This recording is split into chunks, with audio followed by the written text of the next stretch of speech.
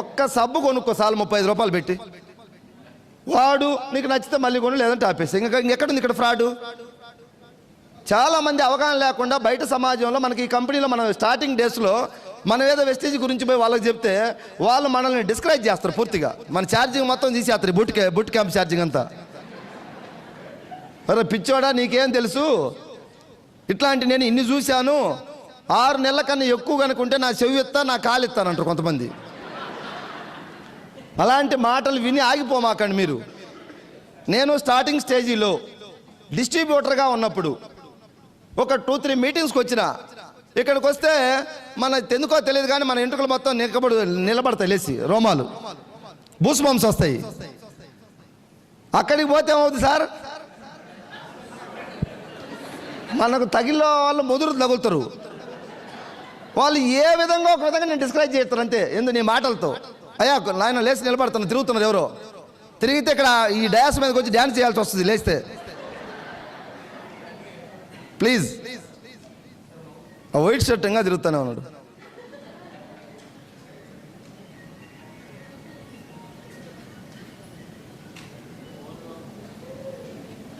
Please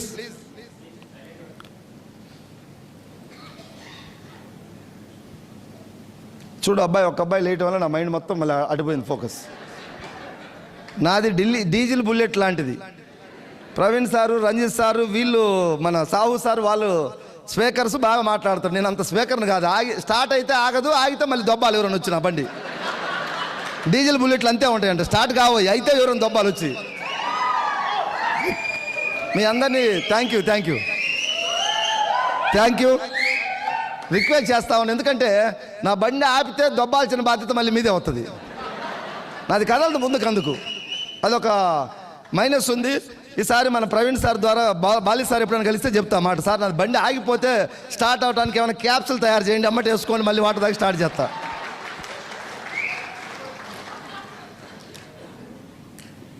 ఎక్కడ దాకా చెప్తాను సార్ నేను?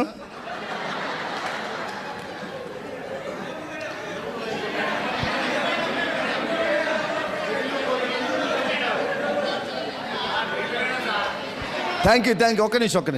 ఇంతమంది చెప్తే నాకు అర్థం కావట్లేదు. మీరు కూడా ఫీల్డ్కి 3 వెళ్ళినప్పుడు డబా అప్లైనర్ చెబుతుంటే మళ్ళీ డౌన్లైన్ ఒకటి చెబుతాడు, మధ్యలోకి వచ్చి మధ్యలో వాడు ఒకటి చెబుతాడు వచ్చి. ఇన్ని చెబితే వాడు కన్ఫ్యూజ్ అవుతాడు, అవునా కాదా? కాబట్టి ఫీల్డ్కి వెళ్ళినప్పుడు తెలిసినా తెలవకున్నా, ఇప్పుడు కొత్త ప్లాన్ మారింది మనకు. 5, 8, 10, 11 ఉండేది గతంలో. ఇప్పుడు మనకు 12 అయింది, 16 అయింది. 5, 8, 12, 16, అవునా కాదా? మీరు 4 పోయిన ప్లాన్ చెప్పడానికి ఒక చోటకి ఎవరో ఒకరు స్టార్ట్ చేసాడు. 5, 8 పొరపాటున 10 అని అనుకో, నువ్వు ఎమ్మటే పెట్టి ఆపు మాకు, మళ్ళీ 12, 16 అని మాకు చెప్పని ఏం మునిగిపోయింది.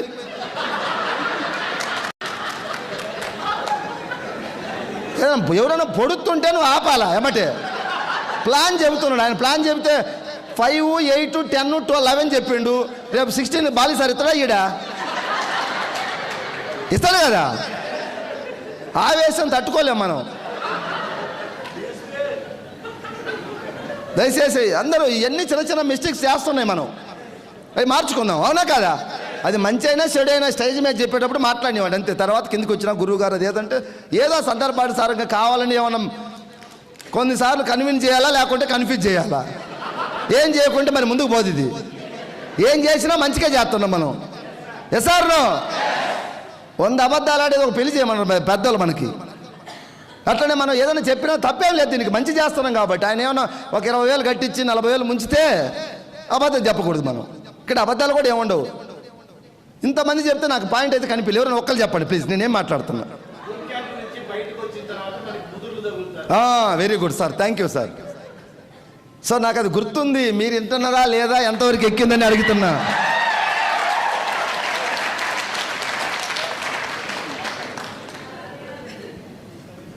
బూట్ క్యాంప్ నుంచి బయటకు వచ్చి నాకు ముదురులు తగులుతారా లేరా?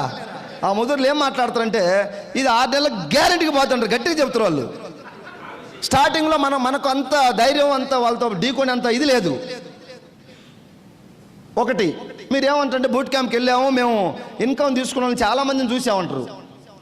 10 లక్షలు వస్తున్నాయి ఎంఎస్ఆర్కి అంటారు. మీరు పోయి నిజంగా నువ్వు చూసినవా? వాడే చెప్పాడు అనుకో స్టేజ్ మీద వచ్చి, నువ్వు చూసినవా? లేదు నువ్వు కొంచెం ధైర్యవంతుడే, లేదు నేను చూశాను నాకు స్టేటస్ చూపించుండు, లేకుంటే బ్యాంక్ స్టేట్మెంట్ చూపించండు, గట్టిగా మాట్లాడితే ఏమంటారు తెలుసా? మళ్ళీ ముందు జాయిన్ అవ్వబట్టి వచ్చినాయి నీకు వస్తాయా? వాడి దగ్గర రెడీగా ఉంటాయి క్వశ్చన్లని మిమ్మల్ని సెట్లపాలు చేయడానికి. క్యాంపుకి వెళ్ళి వచ్చింది మనం, మనకు సలహాలు ఇచ్చేవాడు ఏ రేంజ్ అనేది ఆలోచించండి. అవునా కదా? అర్హత ఉందా మనకు సలహాలు ఇచ్చేంత అర్హత వెస్టీజ్ మీద? అదర్ కావచ్చు, ఆయన ప్రొఫెషనల్ కావచ్చు, లేకుంటే ఇంకేమన్నా ఆయన రంగంలో ఆయన గొప్ప కావచ్చు. ఈ రంగంలో మనకు అంతో కొంత నాలెడ్జ్ ఉంది. మీకు ఏదన్నా డౌట్ వస్తే మీ అప్లైన్ అడగండి.